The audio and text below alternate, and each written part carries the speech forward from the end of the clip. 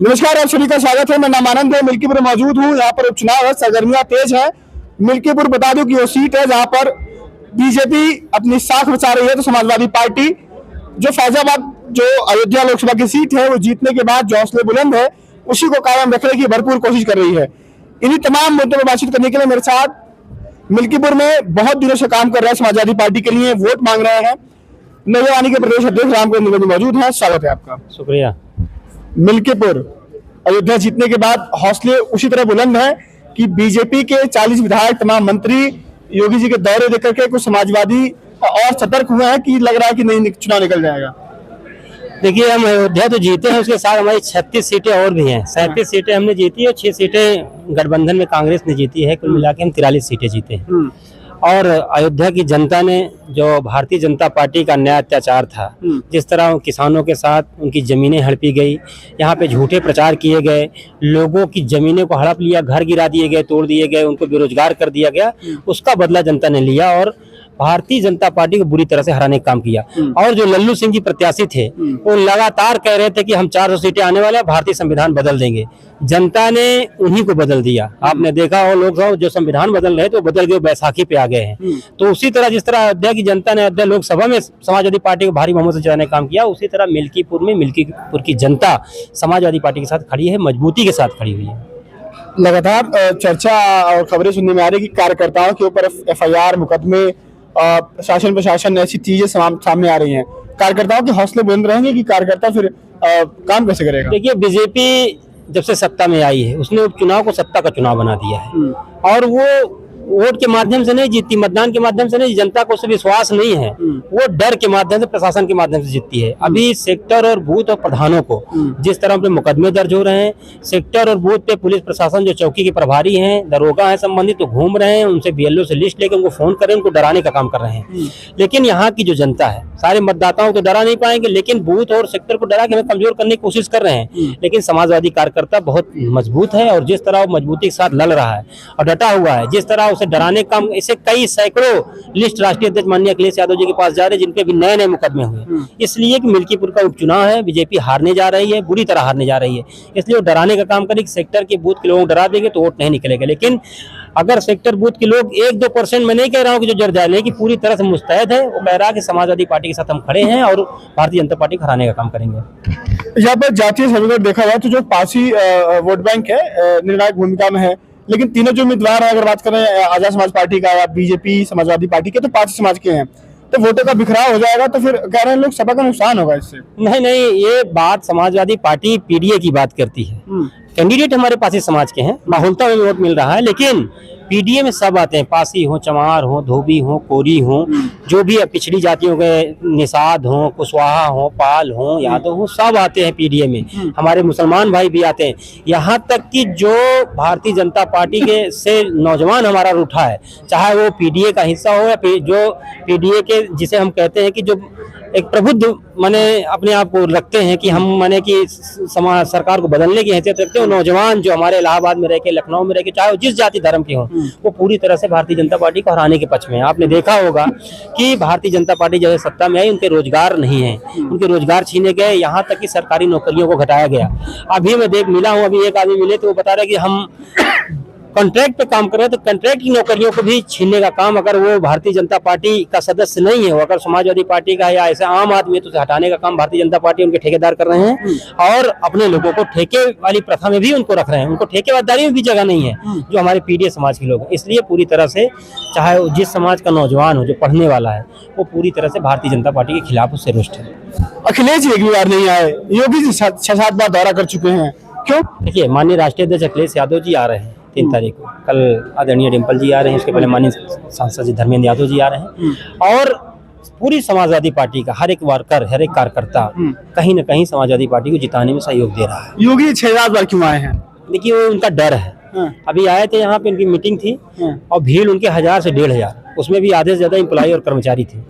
वो डरे हुए हैं, डरे। आपने देखा भी, योगी जी बातें बड़ी बड़ी करते हैं, 15 करोड़ 10 करोड़ स्नान आएंगे, व्यवस्थाएं कुछ नहीं देते हैं। हम लोग कल बस्ती गए थे, रामा जी हमारे युवजन सभा के जिला अध्यक्ष रहे, अभी वर्तमान में पार्टी के उपाध्यक्ष हैं।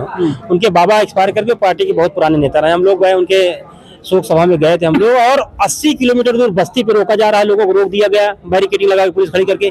जो दर्शनार्थी आ रहे हैं, अयोध्या आ रहे हैं, जो दर्शनार्थी कहीं से भी चले आ रहे हैं, उनको रोक दिया गया, और कोई दिशाहीन है प्रशासन, बस बैरिकेडिंग लगा करके मेन रोडों को रोक दिया गया और कह रहे हैं इधर जाइए, उधर जा रहे हैं तो उधर पुलिस रोक देगी, उधर जाइए। पूरा 3 दिन से यहाँ के दर्शनार्थी जो यहाँ देखने आए थे वो परेशान होने के साथ साथ जो आए भी उनकी कोई व्यवस्था नहीं मिली। भगदड़ में 7 से 8 लोग यहाँ मर गए अयोध्या में, कुंभ में, और उसकी सूचना किसी को नहीं, अब मीडिया को रोका गया, 1-2 को दिखाई। इसी तरह कुंभ में अगर आप जो वीडियो आ रही है देख लीजिए, जिसको योगी जी ने अभी तक शायद मुझे लगता है ट्वीट नहीं किया उन्होंने, कोई उनको शोक संवेदना व्यक्त नहीं की जो जिनकी जान चली गई भगदड़ में।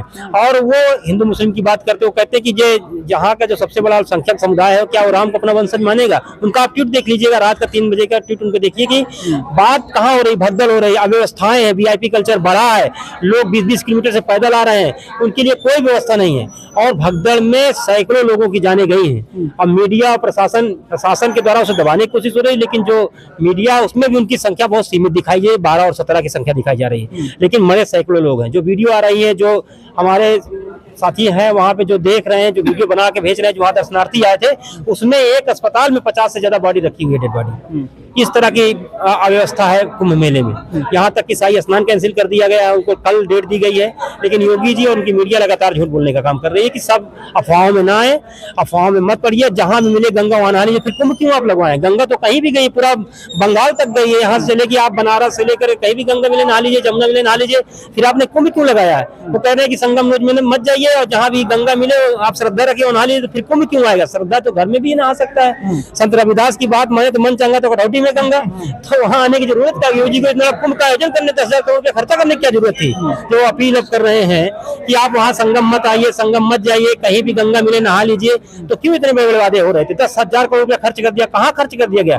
लूट मचाई गई है। अभी इलाहाबाद आप जाएंगे तो सड़कें उखड़ने लगी हैं। जिस तरह लूट मचाई गई है, जिस तरह पैसे की बर्बादी हुई है, राष्ट्रीय अध्यक्ष माननीय अखिलेश यादव जी ने कहा है कि जो कमियां उसको उजागर हो रहे हैं तो उनको विरोधी बताया जा रहा है।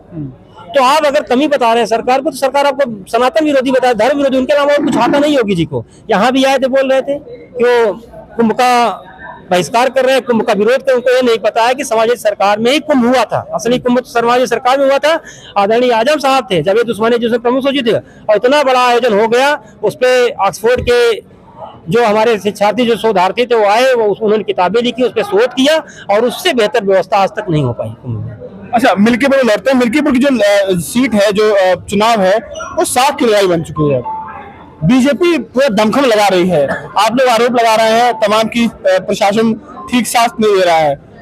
सुनने में आ रहा है कि मोदी जी भी 5 तारीख को आ रहे हैं अयोध्या में ही, सुबह सुबह आएंगे वो। बीजेपी डरी हुई है, पूरी तरह से डरी हुई है, क्योंकि साथ क्या, ये जो हमारे संविधान पसंद लोग हैं और जो संविधान विरोधी लोग हैं, उनके बीच की लड़ाई है। ये रोजगार की लड़ाई है, ये स्वास्थ्य की लड़ाई है, पीडीए की जो दलित और पिछड़ा संघर्ष उनके हक और अधिकार की लड़ाई है। ये चुनाव, मिल्कीपुर का जो चुनाव, पूरे देश और पूरी दुनिया की नजर है मिल्कीपुर में। इसलिए योगी जी डर के मारा इस चुनाव को उन्होंने टाला। जब चुनाव था, चुनाव में जब इसकी डेट आनी तो उसको टाल करके उन्होंने आगे किया। ये डर बता रहा है योगी जी का कि यहाँ मिल्कीपुर की जनता उनसे नाराज है और यहाँ समाजवादी पार्टी के साथ जनता है, इसलिए डरे हुए लोग हैं। अगर वो कोई भी जीत आप देख रहे हैं, लगातार आपने देखा होगा, इसके पहले आपने जो चुनाव हुए 9 सीटों के उपचुनाव, आपने कैसे देखा, कैसी नाइंसाफी, कैसी अन्याय उन्होंने किया। पुलिस लगा करके लोगों को वोट नहीं देने दिया, बंदूकें तान दी गई, उनके आधार कार्ड छीन के उनको भगा दिए गए, वोटिंग % ही नहीं हुआ। भाई हाल अगर मिल्कीपुर में हो तो क्या करेंगे आप लोग? देखिए, प्रशासन और शासन जो हमारे वर्कर हैं वो लड़ रहे हैं, यहाँ जनता के बीच जा रहे हैं, जनता हमारे साथ है। अगर जबरदस्ती करती है तो पूरी तरह से संविधान विरोधी कार्य है, इसे चुनाव आयोग को संज्ञान लेना चाहिए। और इस देश के जब तक लोकतंत्र बहाल न हो जाए, चुनाव आयोग को दोबारा चुनाव करना चाहिए। ऐसा जोर और जबरदस्ती हो यहाँ तो फेयर इलेक्शन कराने की जिम्मेदारी चुनाव आयोग की है। जीत का आंकड़ा कितना देखते हैं आप? हम कम से कम 50,000 से जीतने जा रही है मिल्कीपुर समाजवादी पार्टी। 50,000 के अंतर से जीतेगी मिल्कीपुर। अच्छा, अगर ईमानदारी से, साफ ट्रांसपेरेंसी से हुआ चुनाव, पारदर्शिता से हुआ, गुंडई दबंगई नहीं हुई, प्रशासन और हमारे मतदाताओं को डराया नहीं गया, तो समाजवादी पार्टी मिल्कीपुर में इतिहास लिखने जा रही है। ये चुनाव माननीय राष्ट्रीय अध्यक्ष अखिलेश यादव जी के चेहरे पे और समाजवादी पार्टी की नीतियों पर होने जा रहा है। चलिए, धन्यवाद। मेरे साथ लोहिया वाहिनी के प्रदेश अध्यक्ष राम कुमार जी मौजूद थे। उन्होंने कहा कि समाजवादी पार्टी मिल्कीपुर उपचुनाव 50,000 के बड़े अंतर के साथ जीतेगी, अगर शासन प्रशासन का जो रवैया है वो निष्पक्ष रहा तब। उन्होंने कहा कि बीजेपी ने उपचुनाव को सत्ता का चुनाव बना दिया है। तमाम मुद्दों पर बातचीत हुई। कुंभ में जो तमाम घटनाएं तस्वीरें सामने आ रही है उसको लेकर के भी हम लगातार बात की। उन्होंने कहा कि समाजवादी पार्टी की सरकार थी तो कुंभ तभी हुआ था, वो एक अच्छा कुंभ था। बाकी आप लोग क्या सोचते हैं, प्लीज मत भूलिएगा। अगली वीडियो आपसे मुलाकात होगी। फिलहाल के लिए नमस्कार।